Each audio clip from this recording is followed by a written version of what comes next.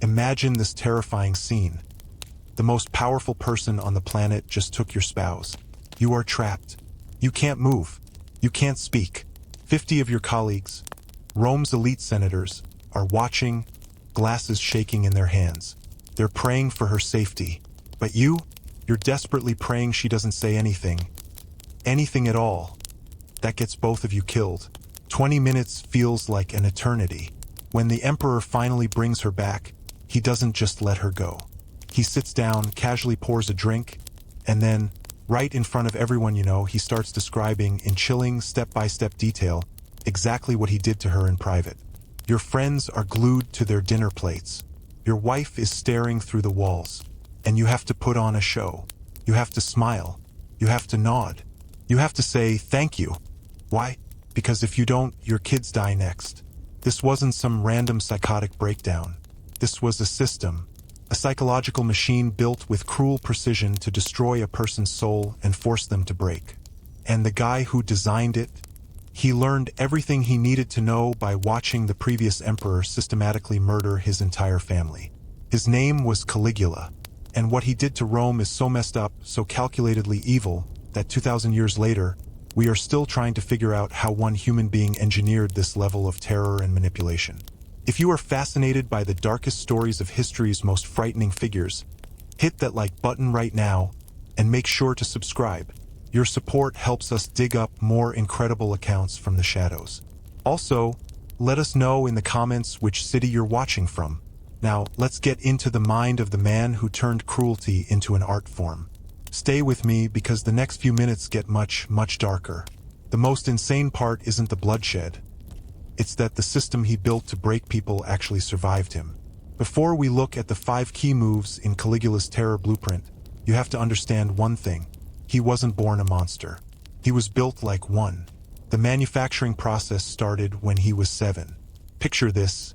It's 14 AD. A little boy, maybe 6 or 7, is tearing around a massive Roman military base. He's wearing a perfect miniature soldier's uniform, tiny armor and those classic little red boots. The soldiers, tough guys who've conquered half the world, are laughing, hoisting him up, throwing him in the air. They called him Caligula, which literally means little boots. He was the son of Germanicus, basically Rome's biggest celebrity general. The troops loved his dad, and they adored this kid. He was their good luck charm. The men honestly believed this little boy brought them victory. This kid grew up thinking he was a legend, invincible, loved by the world's most powerful army. He had no clue what was about to hit him. Just 1 year later, his father died. Official story, sickness. The whispered truth, poison. Ordered by someone at the very top. Possibly the emperor himself. Caligula was 8 years old when the machine turned on his family. His mother was dragged from their home, accused of a fake crime against the emperor. His older brother was locked up and starved so badly that he tried to eat the stuffing from his mattress. His second brother was exiled to a remote island where his guards tortured him until he smashed his own head against a wall just to make it stop. One by one, they were erased, and young Caligula watched every single arrest, every accusation, and every execution from the sidelines. By the time he was 19, he was the last one standing, the only survivor of his entire bloodline. Then the summons came. Emperor Tiberius wanted to see him. Location: Capri, a stunning island retreat that Tiberius had turned into his personal, high-security fortress. It was far from Rome, far from the Senate, far from anyone who might judge the awful things he was doing there. Ancient historians like Suetonius and Tacitus, people writing about events that had just happened, described Capri as a total house of horrors. Tiberius was paranoid, messed up, surrounded by fortune-tellers and yes-men, inventing new sick ways to kill people because he was bored. Into this horrifying atmosphere walks teenage Caligula. He knew Tiberius had murdered his family. Everyone knew it, but he couldn't show a hint of grief. One wrong look, one flash of anger, one tear, and he'd be next. So he didn't just survive, he became a master manipulator. Suetonius wrote a bone-chilling line: "There never was a better servant or a worse master." Caligula learned to completely lock down every human emotion inside himself. He watched Tiberius. He studied his moves. He became exactly what the monster wanted: compliant, entertaining, and seemingly harmless. For 6 long years, he played this role perfectly. Then, in 37 AD, Tiberius died. Some say it was natural. Others claim Caligula smothered him with a pillow. Either way, the 19-year-old survivor was now the most powerful person on Earth. Rome exploded in celebration. They thought they were getting the son of the beloved hero Germanicus. They had no idea they had just crowned a man who had spent 6 years being coached on how to break the human spirit by the greatest sadist in Roman history. For 7 months, everything was perfect. Then he got seriously sick. The person who woke up was not the same person who went to sleep. What happened during that fever? We will never know. But when Caligula recovered, something inside him had fundamentally shattered. And Rome was about to find out what kind of twisted cruelty he'd been hiding. What I'm about to describe is not random. It's not the actions of a lunatic. Caligula built a system, 5 distinct acts of psychological warfare, each designed to destroy a different part of the human experience. And the truly terrifying part is how cold and planned it was.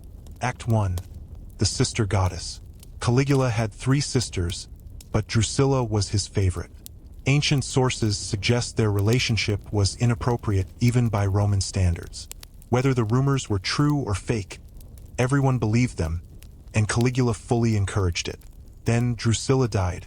What he did next shows the core of his system. He took his own pain and forced the entire empire to feel it.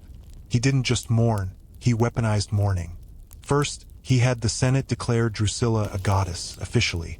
Romans were now required to worship her in new temples. Then, he announced a state of national mourning. And here is where it gets monstrous. It was now a capital crime, punishable by death, to laugh. It was a capital crime to take a bath.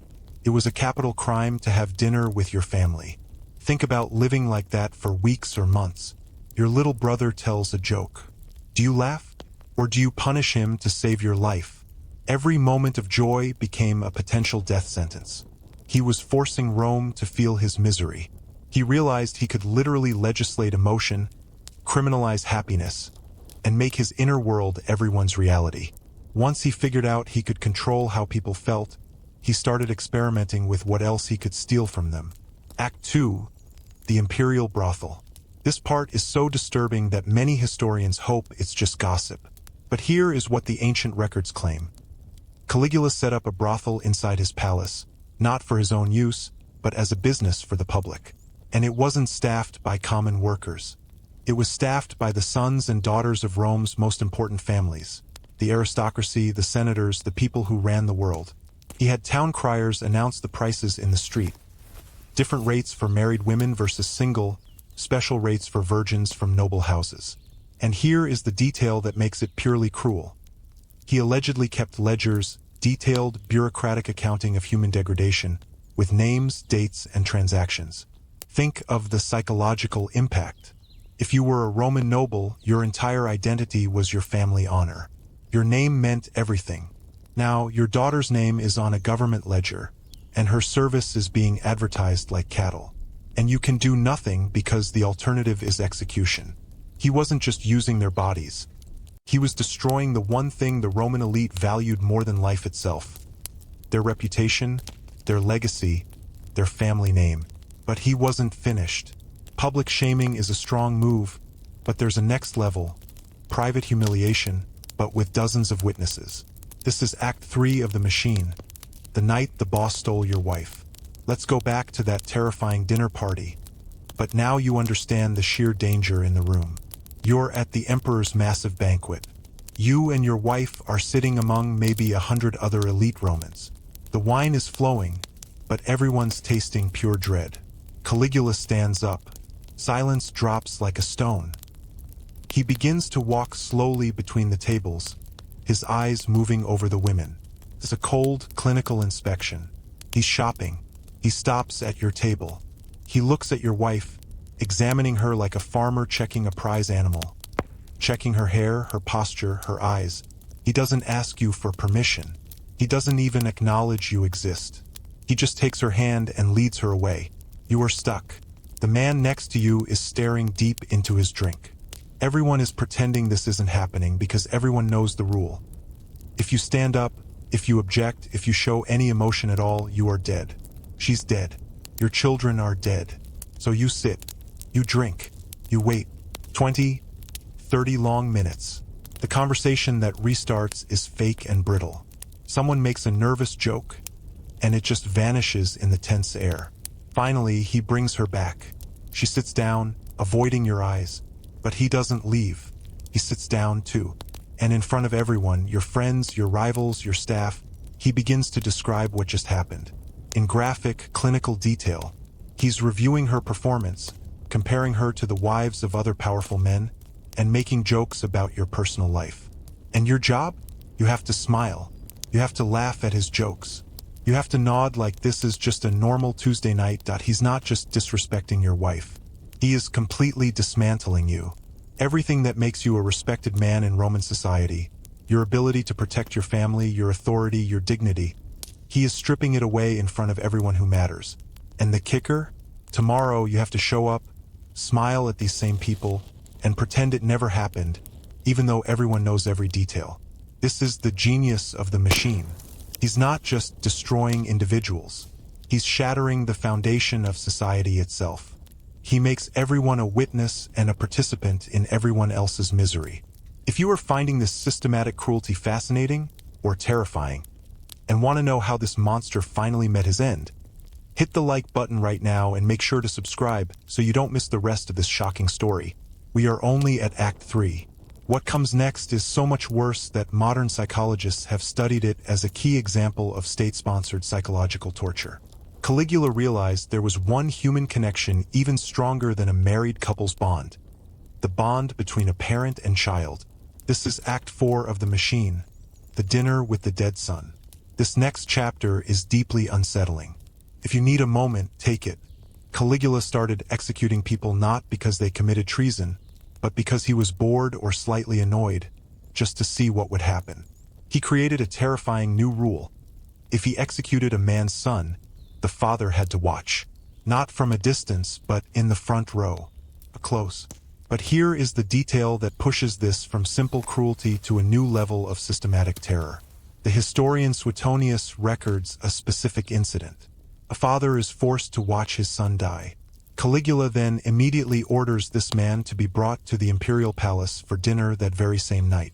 The son's body is still cooling. The father is sitting at Caligula's table, and Caligula does nothing but stare at him. He just watches, studying the father's face like he's running an experiment.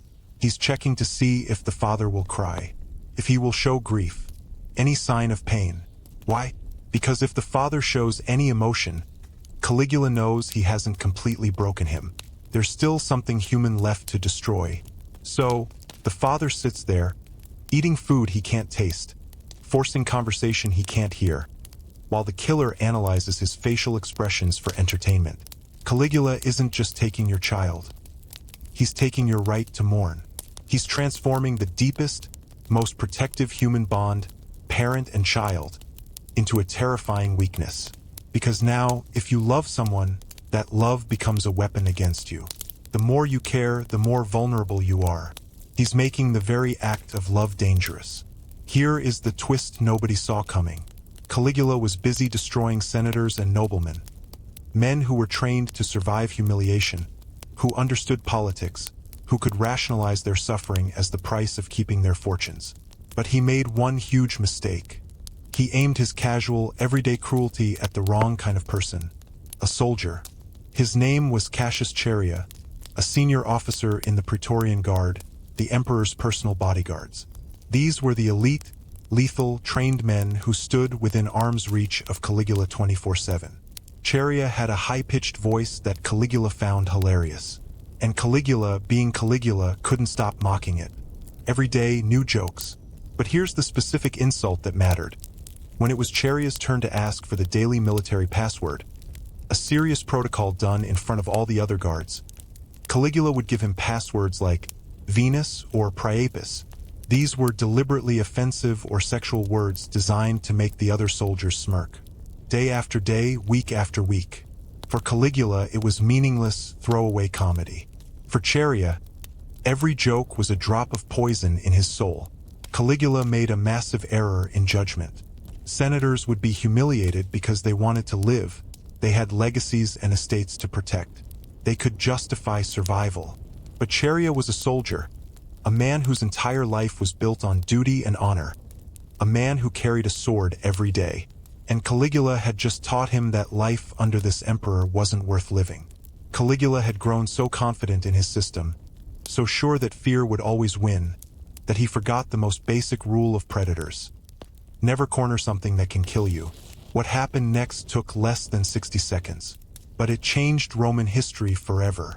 January 24th, 41 AD. Caligula is having a great time at the theater, organizing games and performances. Around midday, he decides to leave through a narrow underground passageway, a cramped, dimly lit corridor connecting the theater to the palace with rough stone walls on both sides. The conspirators are waiting in the dark, claustrophobic passage. Cheria steps forward as Caligula approaches, a standard security check. He asks for the daily password. Caligula, completely arrogant and convinced of his own untouchable power, gives one final, mocking, sneering response. It was the last word he ever spoke. Cheria screams, "Take this!" and slams his sword up and under Caligula's ribs. The emperor stumbles, trying to run, but the corridor is too narrow. There's nowhere to go. Conspirators are swarming in from both ends. They tear into him. According to the ancient records, he was stabbed 30 times. The blade went in 30 times. They didn't stop until there was zero chance that anything that could be alive remained. For years of bottled-up rage, humiliation, and terror, unleashed in 60 seconds of uncontrolled violence, the monster was dead. But this is where it gets worse. The conspirators don't stop with Caligula. They find his wife, Caesonia. She knows exactly what has happened. She can hear the screaming. She is begging, pleading, trying to reason with armed men who have just assassinated the most powerful man on earth. They stab her to death. Then they find the nursery.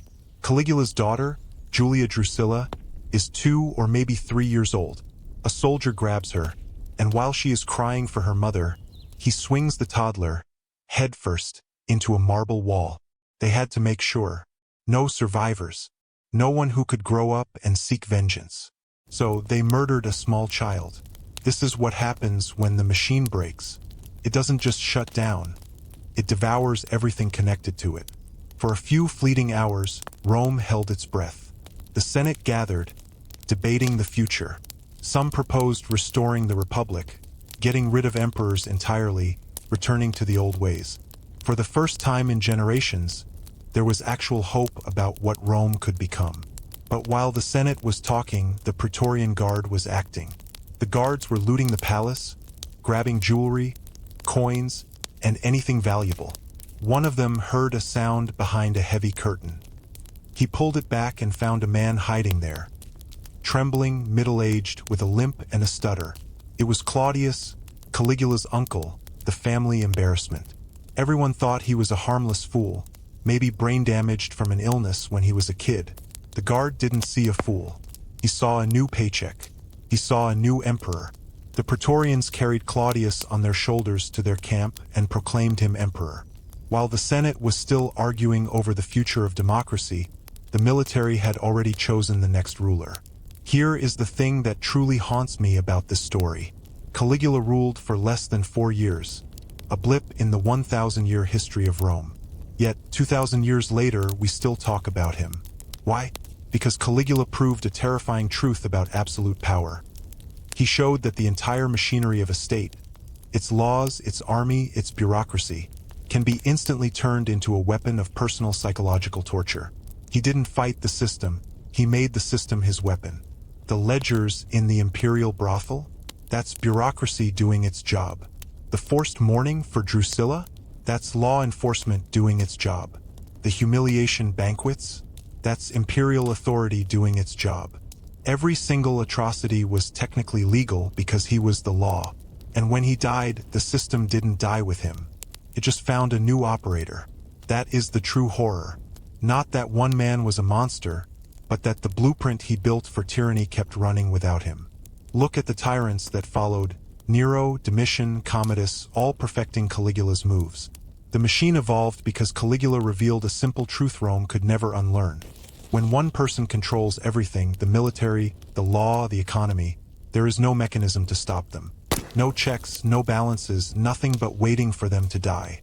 And even then, the system just finds someone new. Suetonius summed him up: the best of servants, the worst of masters. Caligula learned tyranny by pretending to be the perfect victim. He studied Tiberius, watched how the monster operated, learned every technique, and then perfected it. That is the final, chilling warning. The greatest threats don't announce themselves with a scream. They learn. They adapt. They wear the mask of loyalty until the day they no longer need it. There's one more detail. After Claudius took over, he had most of Caligula's records destroyed. The ledgers, the documents, the correspondence, all burned. The official histories we read today are fragments based on memory and rumor. Which means what I just told you, the 5 acts, the systematic terror, the machine, is only what survived the purge. Imagine what was lost. Imagine what was so disturbing that, in an empire famous for crucifixion and feeding people to lions, they decided it had to be permanently erased from history. Caligula ruled for 3 years, 9 months, and 8 days. In that short time, he built a machine that taught every future tyrant exactly how to systematically and completely break human beings. And the blueprint never went away. It leaves us with one final, terrifying question. If this deep dive into the darkest corners of power and psychology resonated with you, let us know by liking this video. And if you want more hidden historical blueprints for power and terror, click subscribe and turn on notifications before you go.